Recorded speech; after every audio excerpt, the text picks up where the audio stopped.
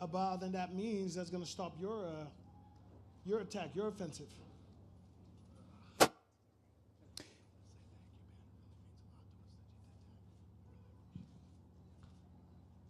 He Don't leave. How was that?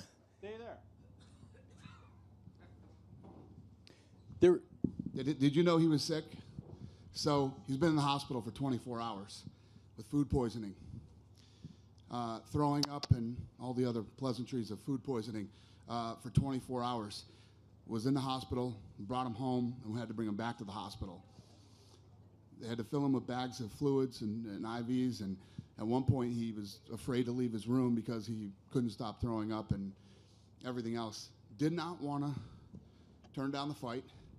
Still came out and fought tonight and knocked out Mark Hunt.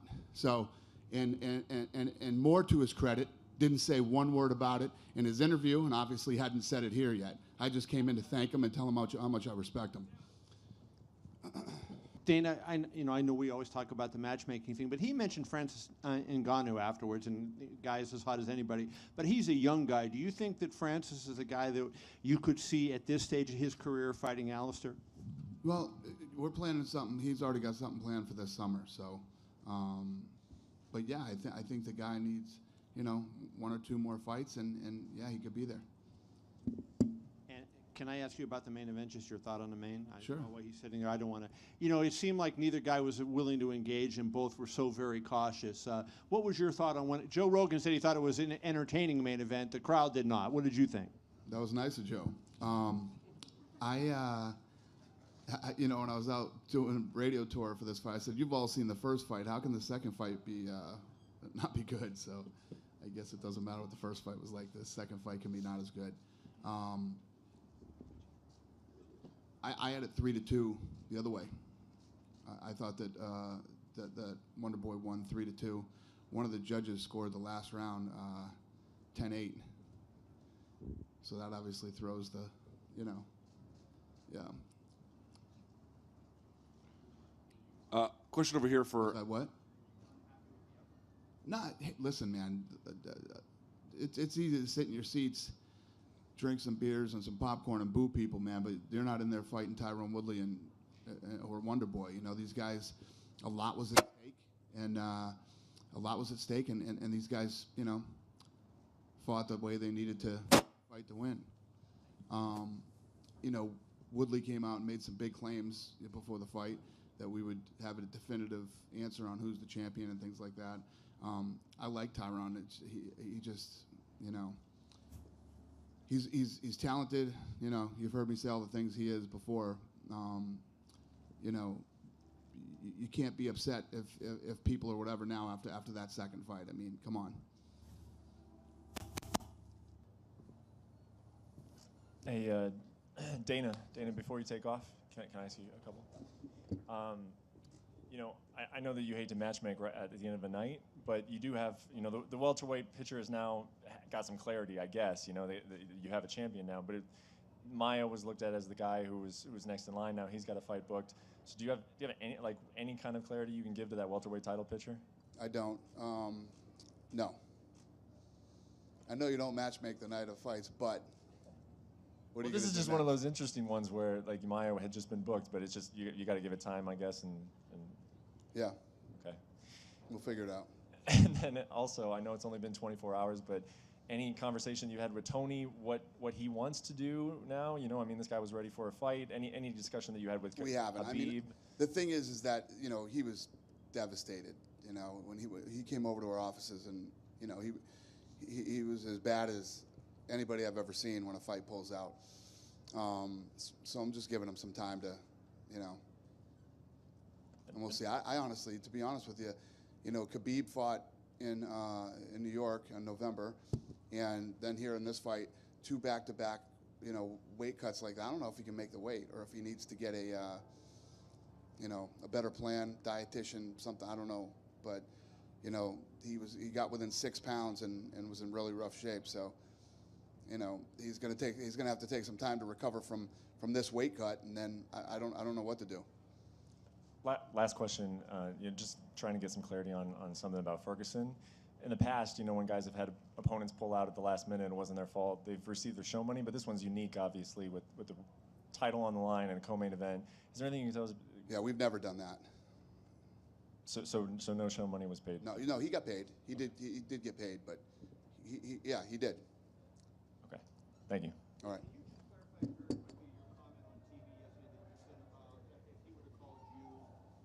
When you said if Khabib would have called you or Ali or whoever it was, if they would have called you, can you clarify what you meant and what could you have possibly done? Yeah, so what would have been different was if he would have called Dr. Davidson or Brianna, the two who handle all the medical stuff for the UFC, they would have brought him right to the hospital. Apparently he was treated horribly at Sunrise Hospital. Shocker here in Vegas. I mean, that's no shock, but you know, he should have gone to Valley Hospital. He should have been with Doc D. Doc D would have got him right in. They would have checked his vitals. They would have, you know, seen where he was. But when you walk into just some random hospital here in Las Vegas and they see the guy and they tell him he's waiting cut, they just start filling him full of fluids. I mean, that's immediately what they do. They bring you in, they stick in the IV and start, you know. Doc D would have took him in, checked his vitals, seen where he was. I'm not saying that the fight could have been saved, but maybe it could have. We've been in these positions before. This isn't our first rodeo, you know, so. And did he have any, you know, I know he had a bad weight cut, but was there anything like, did they say a kidney failure, or what specifically did they say other than? No, well, he went in and I guess his, you know, he was having pains, either where your kidneys are or your liver or something. I don't know the exact specifics, but he was having pains, and I'm sure you guys saw the picture. I mean, he looked terrible. You know, I don't think there was any real damage done to it. You know, when I say damage, I mean long term. I'm sure he's, you know, it's going to take him a little while to recover from this weight cut, but yeah, it just, he would have been handled a lot better if had he called Brianna or Dr. Davidson, you know, because Ali told me that their experience at Sunrise was horrible. Cool.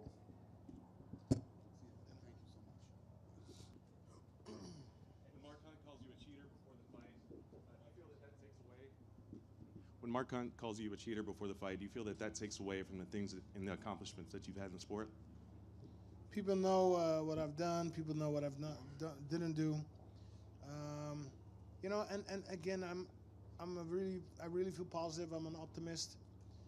You know, I think his whole avenue was pretty negative from the get-go.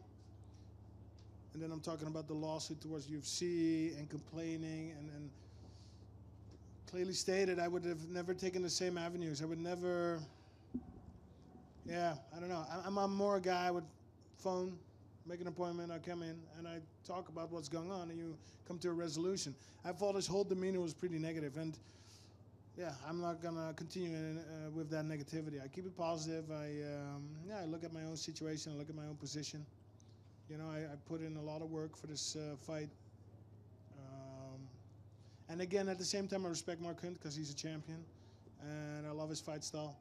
We were okay outside of the octagon, but I didn't want to get drawn in that negativity. Alistair, just right in front of you here. It sounds like. But I did give him that look. I'm gonna whoop your ass in the weigh-ins. He knows that.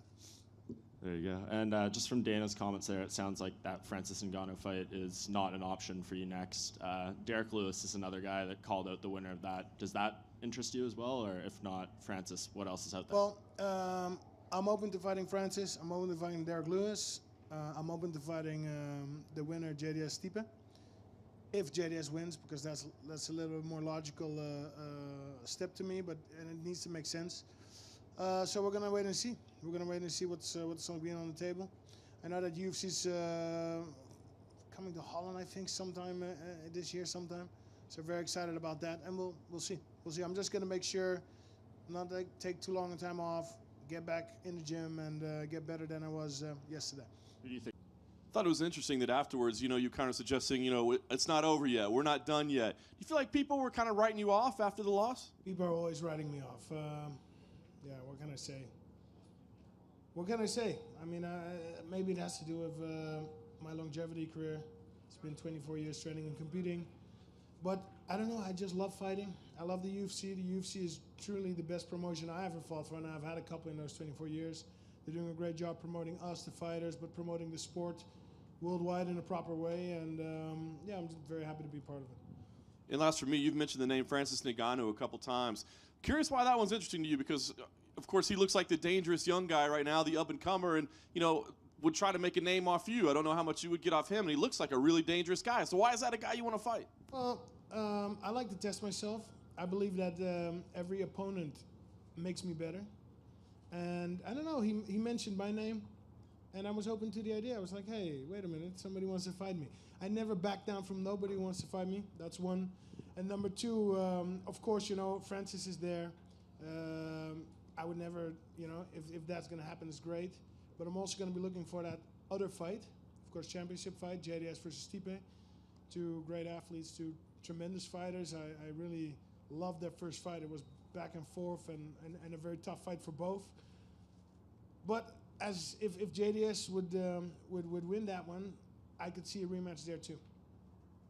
Me and JDS. Alistair, a lot of the work in the fight was done up against the cage. Mark Hunt was able to land a few short elbows before you knocked him out. Was there anything in that clinch in terms of you having to make any types of adjustments, or was it just waiting for the opportunity to land those knees? Well, again, I remember from my first fight with Mark, the guy is durable, but above all, he's very strong. He has that one punch knockout power. So that's something that's constantly in your mind. You gotta, before you know it, you're waking up in the locker room and it's done.